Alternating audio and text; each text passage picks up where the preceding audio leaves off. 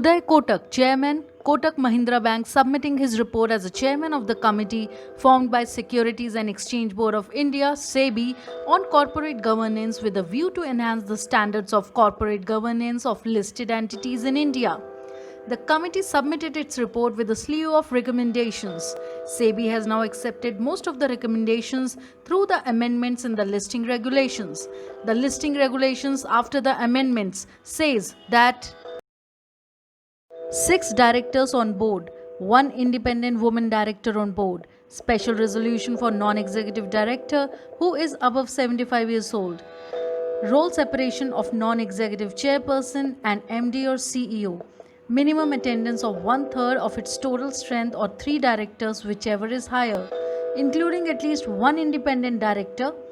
Maximum directorships for an independent director is limited to 7 companies. The Nomination and Remuneration Committee and the Stakeholders Relationship Committee and Risk Management Committee to meet at least once in a year. Related party payments with respect to brand usage or royalty will now be considered material if transactions exceed 2% of the annual consolidated turnover.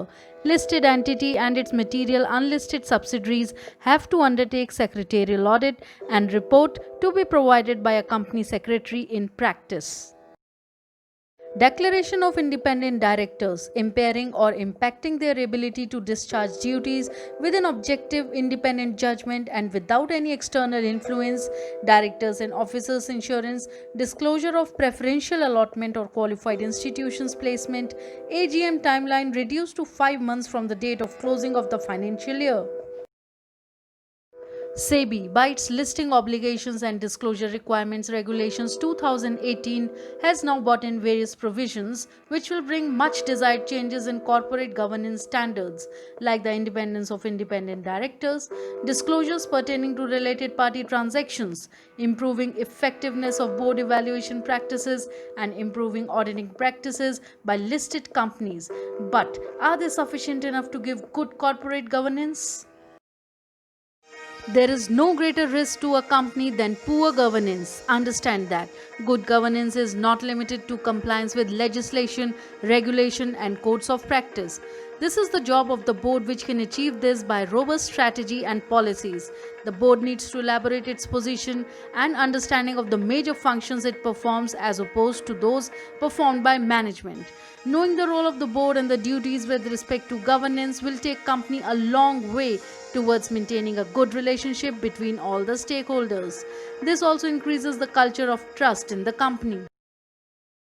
The nominating committee should devote adequate time to identify board members who have the skills and industry knowledge to assist the board and those members who know the organization, who have a helpful expertise and those that offer fresh perspective.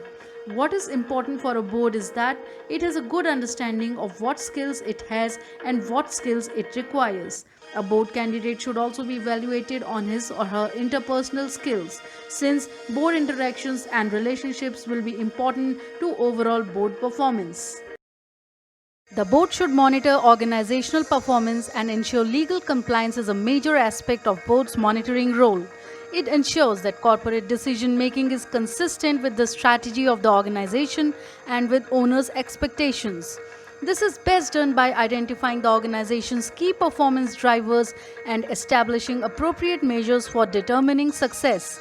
As a board, the directors should establish an agreed format for the reports they monitor to ensure that all matters that should be reported are in fact reported. One of the most important functions of the board is to find and appoint a competent CEO. They should continuously review and monitor the CEO. This relationship is crucial to effective corporate governance because it is the link between the board's role in determining the organization's strategic direction and management role in achieving corporate objectives.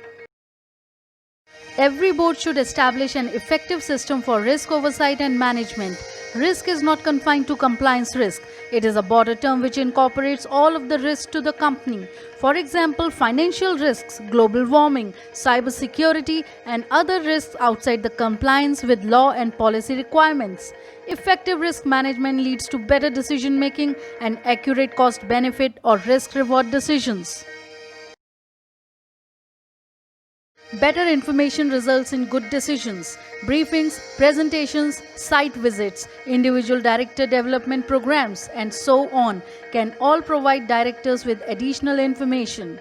Above all, directors need to be able to find answers to the question they have, so an access to independent professional advice policy is recommended.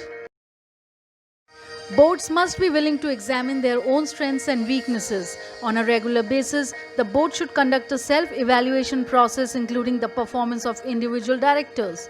Their evaluation process should be used to identify weaknesses in board performance and adopt reforms needed to improve the board's performance. The evaluation should be broad, cut across all issues, and personal and include senior management interactions with board members. The chairman of the board creates the required culture and trust required in an organization.